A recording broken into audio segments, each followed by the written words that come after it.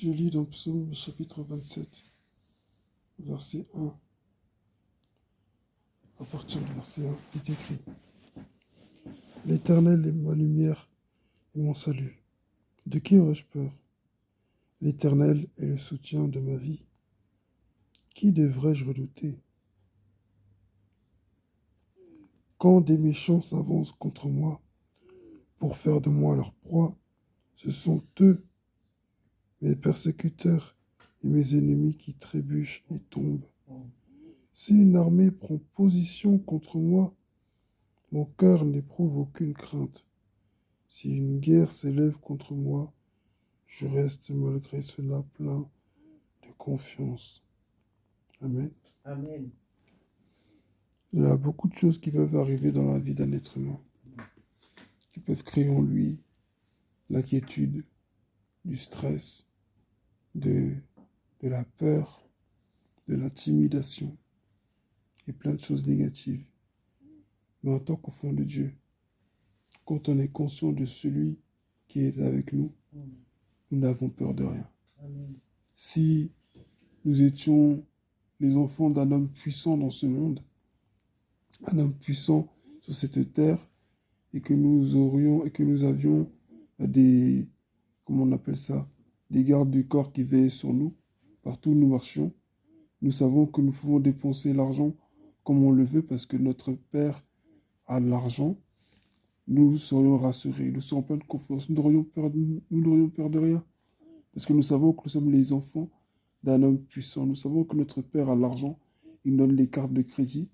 Nous pouvons aller dans n'importe quel magasin, nous pouvons aller dans n'importe quel restaurant, être bien accueillis, dans n'importe quel hôtel, dans n'importe quel pays, et être bien accueillis. Parce que notre Père est riche, il a l'argent, il a les biens. Même si il meurt aujourd'hui, nous restons en sécurité quoi qu'il arrive. Si notre Père, un être humain, était un homme puissant de la terre et qu'il avait tous les moyens, nous n'aurions peur de rien. Et ici, nous ne parlons pas d'un homme, nous parlons du Dieu des dieux, du Seigneur des seigneurs, du Roi des rois, l'Alpha et l'Oméga, celui qui n'a ni commencement ni fin de vie, celui qui contrôle toutes choses. Ici, David il dit, si une armée s'élève contre moi, c'est-à-dire même si des milliers d'hommes s'élèvent contre moi, armés jusqu'aux dents, et que je suis seul devant eux tous, je n'ai rien à craindre. Je n'ai rien à craindre. Donc nous n'avons pas, excusez-moi, pardon, je n'ai pas fini. Nous n'avons pas à avoir peur. Amen. Amen. Nous n'avons pas à avoir peur. La peur n'est pas censée se trouver de notre côté, mais du côté de l'ennemi. Comme je l'ai dit au début de l'année, ceux qui nous attaquent, ceux qui complotent contre nous, ce sont eux qui se mettent en danger. Ce n'est pas à nous qui font du mal, c'est à eux-mêmes. C'est eux-mêmes qui se mettent en danger.